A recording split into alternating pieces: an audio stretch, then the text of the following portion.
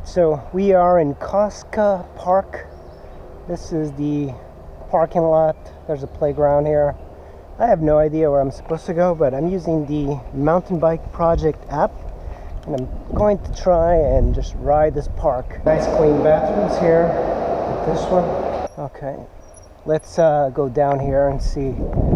Do not see the mountain biking part, but this is a nice lake. This is really pretty here. Somebody carved this out of wood, which is cool.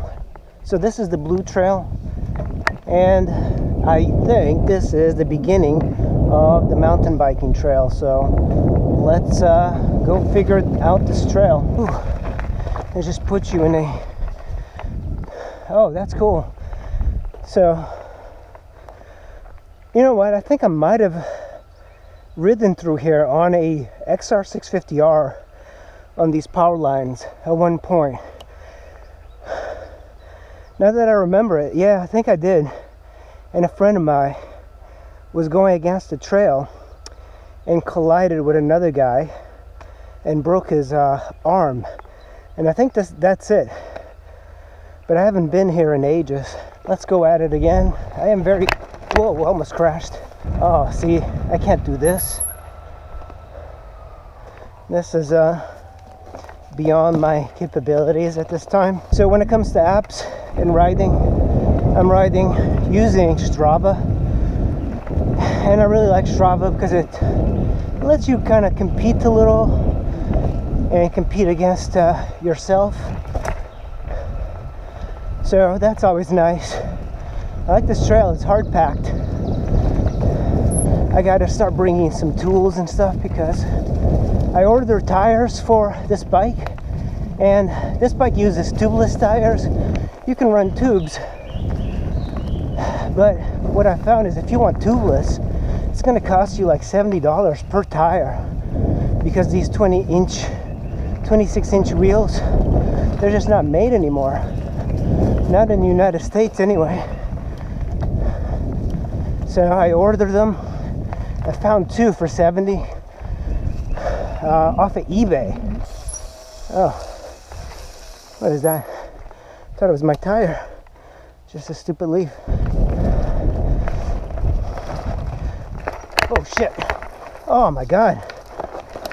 Almost cracked my skull. Look at this.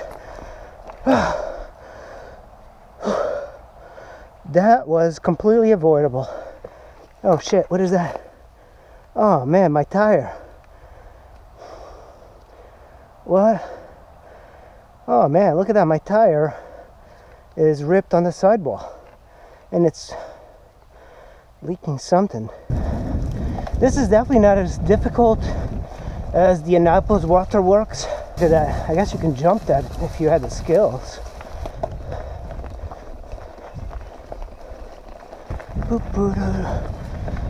I haven't seen anybody in the trail today. I might have to walk this. Okay, I am gonna walk this. I probably could have made it, but it's just so dirty. So this is interesting. I think on this, if I make a right, I'm not sure. I think I want to go straight, but this looks very twisty. I think I want to go straight. That's going to put us on top of the park. Oh, this part is kind of nice. There's a creek over there. Oh, I should have gone the other way. So I'm just trying to run the entire length of Cosca Park. It's named after Louise Cosca. I have no idea who she is. Keeping track of the whole Bill Gates thing. That one chick, Melinda. By the way, like, they had this article about women heavy hitters, and they were like, oh, these powerful women, and they had Melinda Gates, the Jeff Bezos wife, McKinney or whatever, and then Michelle Obama. And I just kept thinking, those women didn't do anything by themselves.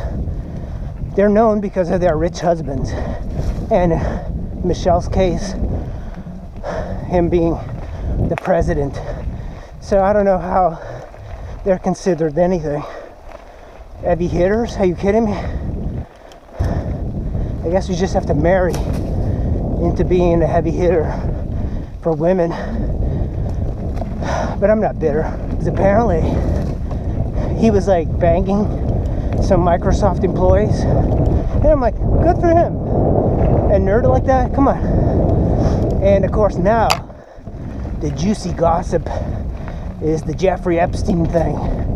That's my favorite conspiracy, because it doesn't sound like a conspiracy.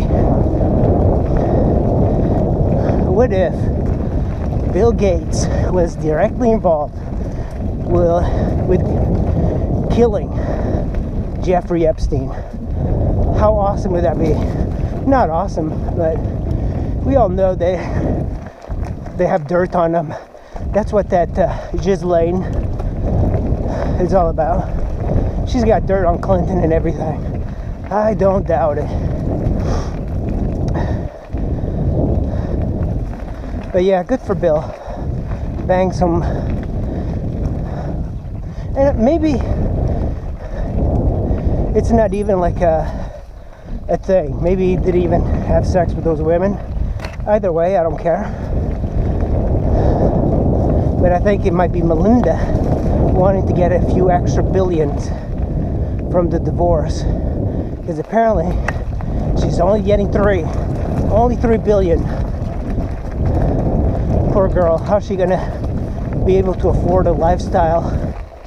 Alright guys, I am at the top of Koska. I think this is it. And I'm not sure. Can I make this? And I can't. Oh, Jesus. Alright. Apparently I didn't make it. That's the biggest crash I've ever had on a bike. Whew. Alright. Let's stop right here. And whew, that was a big crash. So I don't think I'm hurt. I think Bill Gates is up to no good. Oh boy, look at this. This is so I officially have crashed. My first crash in mountain biking. So this little mud thing, I thought I could like raise my front wheel, and I tried it, but it got stuck. And I'm fine. I'm just gonna, chill out over here. Oh boy. Oh, how's my bike? Okay, so this part is dangerous. I kept thinking, oh yeah, try it out. It'll be cool. It'll look awesome. I don't know what I was thinking. I'm terribly uncoordinated. I guess if I got hurt, I could go to that house and seek help. So the aliens thing is kind of fascinating, because there's been a lot of all of these fighter jets. I was just watching 60 Minute thing, and they had like Marco Rubio, that guy, Harry Reid, and they had these fighter jets. Which were fighter jet pilots that said that they saw these strange things on a daily basis. And at first I'm like, okay, that's reflections. In the Tic Tac thing, they did a systems upgrade of their navigation or whatever that was, so that could explain it, but it doesn't seem to be it, because a lot more pilots saw it. Or this could all be a distraction. Could just be like drones by China. But then again, if the whole Roswell thing and Bob Lazar it goes back to the 60s, so there's got to be something to that. I think maybe Bob Lazar is a con man, and the good thing about these really good con men is that they are very convincing. So even a guy like him that's intelligent, able to like explain things, then he could manipulate people. I don't know if he's the most credible source, but that Captain Fravor, he's probably the more convincing source. And I was watching, you know, there was like 2 of those Hornets up with the Fravor. I saw the interview with the other pilot. It was a woman, and she's, yeah, like they seemed to be really credible. She seemed like not be interested in being on TV, but I don't know if it's not aliens, it's another government doing these things with technology that Americans don't know about. So could be the Americans are just jelly of people's tech, and it's possible. Joe Rogan had a guy on. He used to be the secretary of like defense or whatever, assistant, whatever. And he mentioned something that's kind of weird. So he mentioned that it could potentially be a different government. The other option is like UFOs. The other option is they're already here, but they are underneath the ground or in the ocean, Pacific or the Atlantic. And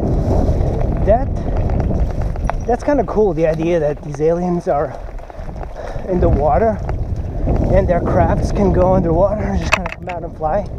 That's pretty badass. But I still haven't seen any aliens. The one thing I find is that the human mind, you can pretty much suggest something and people will see it. People are easily manipulated. Which way am I going? Straight? To the left. Okay. Alright, I hear a dirt bike. And normally, you see that? There's a dirt bike coming. Power of suggestion is kind of crazy. Humans are more gullible than most creatures. So, I don't know if you know about this thing called religion, but it's kind of like an alien thing. And get this, if you look up the historical facts about the Fatima, which is a Portuguese, it happened to like 3 little kids. They were out walking their sheep, and I know this pretty well. And there was like this thing that happened. They saw something in the sky, and then it became this pilgrimage. But when you read into it, if they didn't make it out to be religious, you would think it's an alien. And it actually makes much more sense as an alien rather than this religious thing, because the 3 little girls, actually it's 2 girls and 1 boy, and she saw something in the sky. It was like the Virgin Mary or whatever, who the hell knows. But she told her that like there's gonna be something, and then something happened in my chain. So she brought back, I think it was like 60,000 people, and they all saw this weird thing in the sun. So I don't know why aliens would be inviting people to look at them. That's the weird part. But it seems like a lot of it is con artistry. Alright, I got another leaf. Yeah, like the whole Fatima thing is fascinating. Not because of the religious aspect, but if you believe in aliens, then you might want to look up the whole Fatima incident, because there was these spiraling lights blotting out the sun. Or it wasn't even the sun, but it seemed very alien-like. There's beings that they saw, and I think if you believe in aliens, that's the more plausible thing, because 60,000 people saw this, and eventually the Pope and all of that. Oh, here we go. So this is the trail. That's the way we went and we just looped back. I walked it, but there's a trail right over here. I'm so stupid. I could have just gone this way. Riding mountain bikes is way more fun than road bikes. I don't know why I've resisted this for so long. I think I've been maybe intimidated. Riding road bikes is fun, and I used to ride on the street, but there's something about riding mountain bikes and just being out in the woods that's really cool. And the smells are kind of intense here. There's a lot of douchebags that ride motorcycles. I mean, I'm one of them. And a lot of these guys, they're holding up the beltway to do burnouts, and they're really into this kind of biker life thing. And then as soon as the cold weather gets here, they are going back inside and sipping hot chocolate. They're like bears that hibernate in the winter. But I see that mountain bikes are people are a little bit more intense with their mountain biking. Ooh, yeah, like what I was saying, douchebags.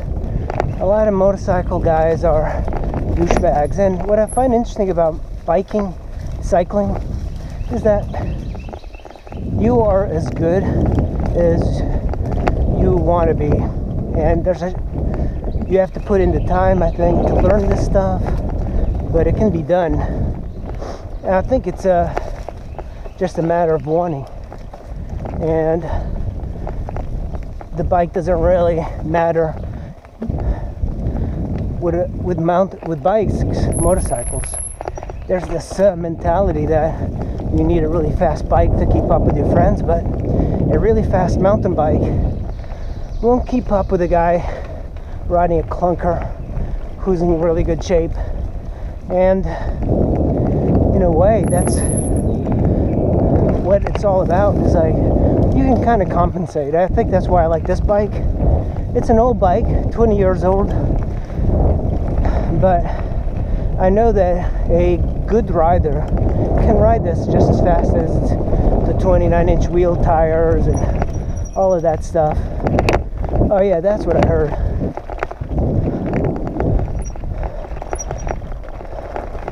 That's definitely what I heard, the quads. And I think we're already at the parking lot. Whoa, almost crashed. Hey, how's it going? Alright, how are you doing? The log's still there, the log? Right? Oh yeah, the log is still there. Whew, alright. And we are back to the lake. Guys, this is Koska, Louise Koska. Look at that, there's a herring over there, one of the big birds with the big legs. Yeah, this is an awesome park. It's Louise Koska.